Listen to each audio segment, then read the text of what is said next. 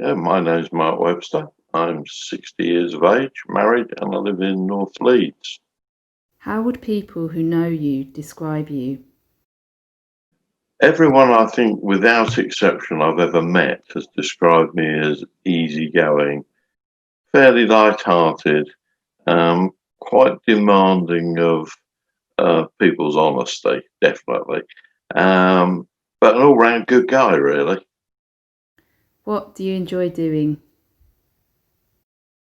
My absolute pleasure is cooking. I'm lucky enough to have a small family for which I can experiment with my new dishes, etc. I used to love playing golf, but we'll come on to that later, and the inheritance sort of affected that. But most of all, I love family life. Can you tell us a bit about your health conditions and how they impact your life? Like many people my age, I have what I think is defined as complex medical needs.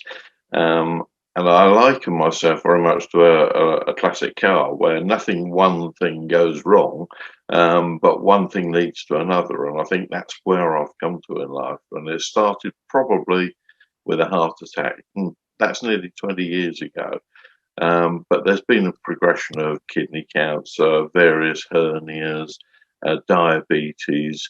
So there's a plethora of issues which, on their own and individually, probably wouldn't impact my life too greatly, but together and combined, they cause significant difficulties at times.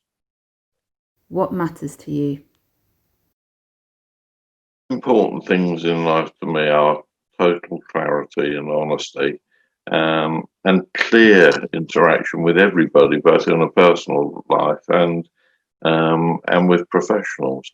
I think people spend far too long making very simple things very complicated. Why did you decide to take part in this project?